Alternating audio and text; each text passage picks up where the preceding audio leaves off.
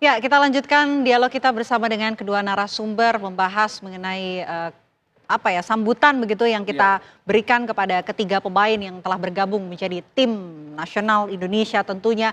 Saya mau ke Bung Peri. Bung Peri, dengan hadirnya 3 striker begitu ya, bisa dikatakan akan memberikan kontribusi seperti apa untuk tim Indonesia tentunya?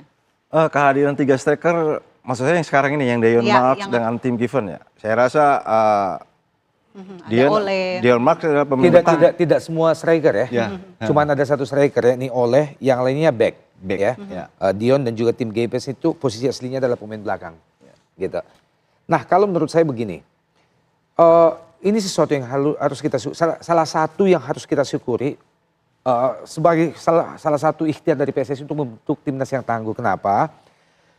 Sejak beberapa tahun yang lalu sebenarnya proses naturalisasi ini sudah kita mulai. Ya, sejak di eranya Pak Iwan Bule atau bahkan sebelumnya ya Pak Edi Rahmayadi sudah kita mulai.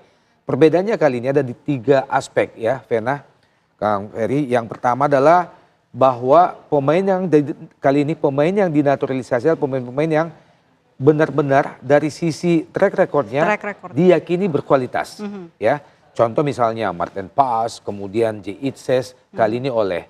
Yang kedua dari sisi usia mereka ya. Bahkan kali ini ada 2 pemain yang masih berusia 19 tahun. Artinya ada kesinambungan untuk masa depan, untuk jangka panjang mereka membela timnas Indonesia ke depan. Ya. Nah, yang ketiga, kali ini PSSI betul-betul berburu. Ya, kalau dulu kan proses naturalisasi itu adalah pemain-pemain yang sudah bermain di Liga Indonesia, kemudian mereka sudah bermain di sini lebih dari 5 tahun, kemudian ditawarin untuk membela Indonesia. Nah, kali ini tidak, kita berburu. Kita mencari yang terbaik, the best among the best. Sepanjang mereka masih berdarah Indonesia. Dan itu menjadi tambahan, kalau dulu proses naturalisasi itu kepada pemain yang bermain di Liga Indonesia yang tidak berdarah Indonesia sama sekali, kali ini PSSI mencari pemain yang sebisa mungkin memiliki darah Indonesia. Nah, ini yang menjadi perbedaan, terutama dari si usia muda dan kualitas itu ya. Oleh karena itu sekali lagi kita dukung ikhtiar dari PSSI untuk membentuk timnas tangguh. Sekali lagi kalau kita ingin melihat kehadiran timnas Indonesia sesegera mungkin di kancah Piala Dunia, dan mudah-mudahan ikhtiar ini bisa terwujud untuk Piala Dunia 2026 di Amerika, Meksiko dan Kanada nanti. Oke, saya mau ke Bung Peri. Bung Peri, dengan 3 striker begitu yang dimiliki Indonesia begitu, seperti Orat Mangun, kemudian ada Strike juga. Oleh juga begitu. Nampaknya ada di posisi free roll ya begitu. Saya rasa dengan adanya 3 striker mungkin Orat Mangun untuk lawan Australia dia karena masih ada akumulasi kartu ya. Dia tidak bisa main. Mungkin saya condong antara Ramadan Sananta atau Ricky Kambuaya. Saya rasa itu karena kalau dilihat dari Rafa selama bermain dia di Australia ini tidak dapat bermain seperti cadangan mati gitu. Jadi mungkin ini juga Rafford buat Patrick Kluivert juga ya. Dia juga bisa menilai dari situ. Jadi bisa diandalkan 3 striker ini bisa Ramadan Sananta, Oleh ataupun Marcelino yang turun 3. Ini 3 striker ini semuanya berbeda karakter. Bisa di posisi wings juga. Kalau Ramadan Sananta, kalau saya lihat tidak bisa posisi di wing. Tapi kalau Oleh dengan ini dimanapun jadi. Dimanapun bisa. Karena ini dimanapun jadi. Dan satu lagi, di 3 striker ini yang punya kualitas adalah 2 pemain. Yang pertama si Oleh, yang kedua si Marcelino. Dan Marcelino bisa main di gelandang menyerang, dia bisa bermain di sayap, sama juga dengan si Oleh. Dan dua striker ini juga sama-sama mempunyai karakter yang berbeda juga. Yang satu juga karakter dia punya freestyle seperti Oleh, satu lawan satu dia bisa lewati, dan Ferdinand juga sama. Dan di sini nilai plus buat Oleh adalah dia sebagai striker, dia striker yang cerdas. Cerdas kenapa saya bilang cerdas? Dia pintar menempatkan posisi sebagai striker di mana posisi dia berada. Pada saat teman bawa bola, pada saat sulit dia bisa ciptakan gol. Dan itu salah satu hal yang sangat penting ya. Betul, itulah sebenarnya yang di timnas ini dicari.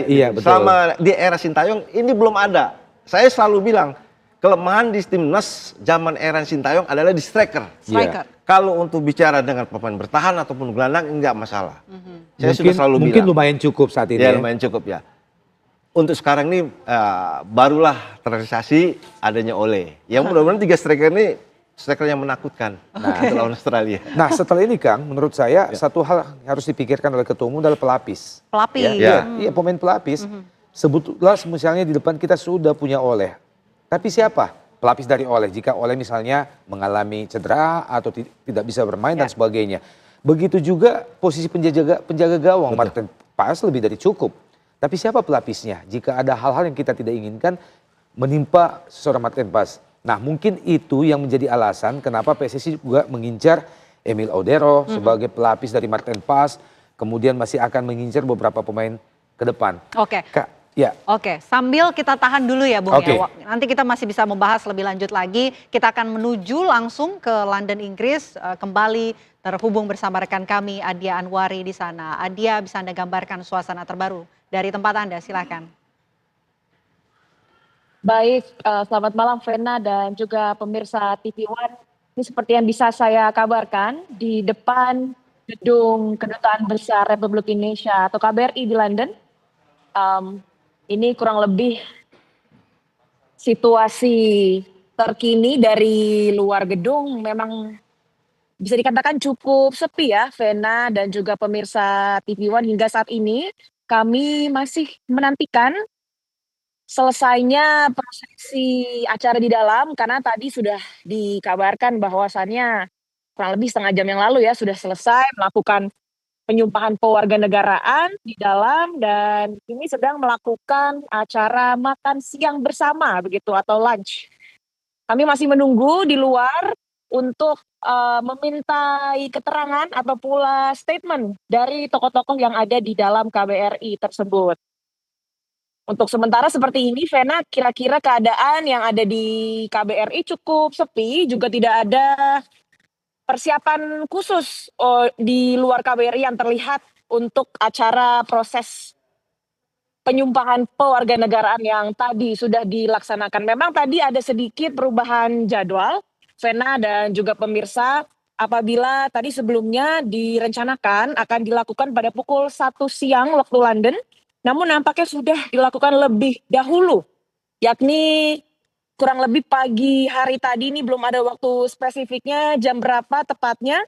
Tadi proses penyumpahan pewarganegaraan sudah dilaksanakan, namun sepertinya akan selesai lebih cepat daripada waktu seharusnya. Apabila bisa saya gambarkan juga, memang kalau untuk istirahat di KBRI pada pukul 12 hingga pada pukul 1 siang waktu London. Jadi seharusnya di London sekarang sudah pukul 1.30, memang ada acara lain, entah itu formal ataupun non formal yang sedang berlangsung di KBRI. Sama-sama nanti kita akan nantikan dan kita akan tanyakan seperti apa tadi detail untuk proses penyumpah pewarganegaraan oleh ketiga pemain timnas U20 yang ada di dalam. Sementara demikian, Vena, saya kembalikan ke Anda di studio. Oke, baik, terima kasih Adia Anwari atas laporan Anda. Tentu juga kami nantikan ya, mungkin ada pernyataan terbaru yang akan disampaikan dari sana. Terima kasih Adia Anwari, selamat kembali bertugas.